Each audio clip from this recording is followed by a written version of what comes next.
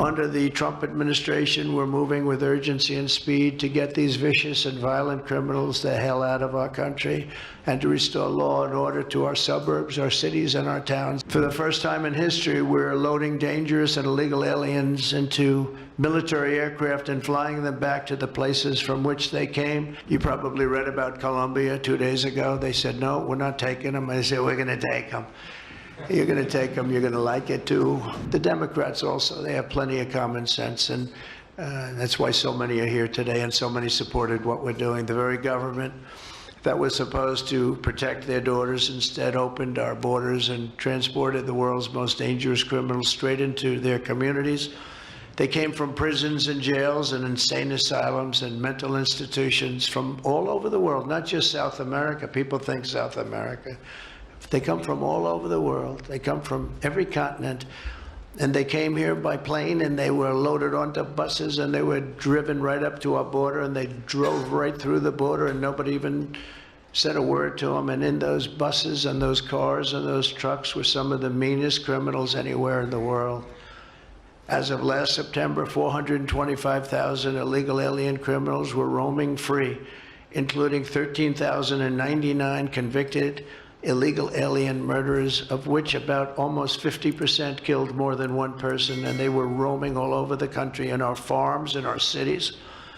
Under the Trump administration, we're moving with urgency and speed to get these vicious and violent criminals the hell out of our country and to restore law and order to our suburbs, our cities, and our towns. And we're going to do it with Tom and with Christy and with all of the people that are working so hard on this.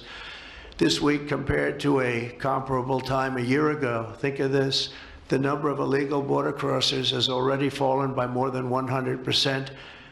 And because the election was coming, they started getting a little bit tougher on the border. They tried to follow our policies, and they did much better, but it still was horrible. The numbers were still horrible, so that's 100% over those. They only did it because of the election, so they knew what they were doing was wrong.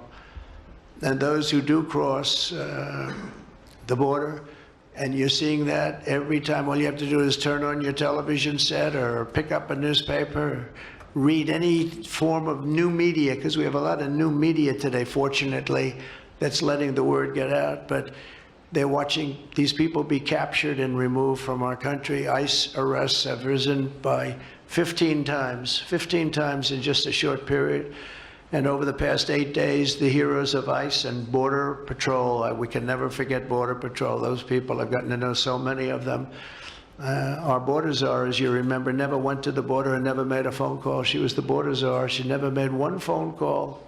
They went to the heads of border. They went to the heads of ICE. Did you ever get a call? No. And she admitted she never made one call, but she was the border czar. And that's exactly what our border was all about. The heroes of ICE have arrested thousands and thousands of illegal alien criminals, including hundreds of gang members, traffickers, child predators, terrorists, and murderers. For the first time in history, we're loading dangerous and illegal aliens into military aircraft and flying them back to the places from which they came. You probably read about Colombia 2 days ago. They said, no, we're not taking them. I said, we're going to take them. You're going to take them. You're going to like it, too. You're going to take them.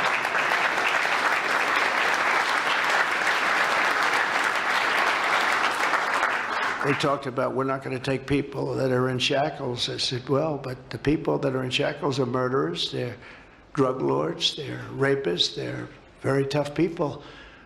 They make our criminals look like very nice people. That's about the only thing that comes out of this. And I say, could you imagine you're a pilot on the plane and you have your co-pilot, and you're sitting there and you have 150 people, no shackles, and they like to murder people? This would not be a good flight.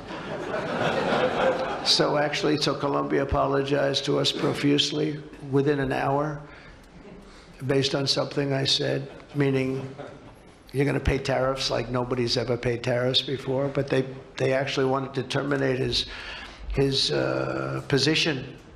They're essentially Congress met, and they were very angry with them.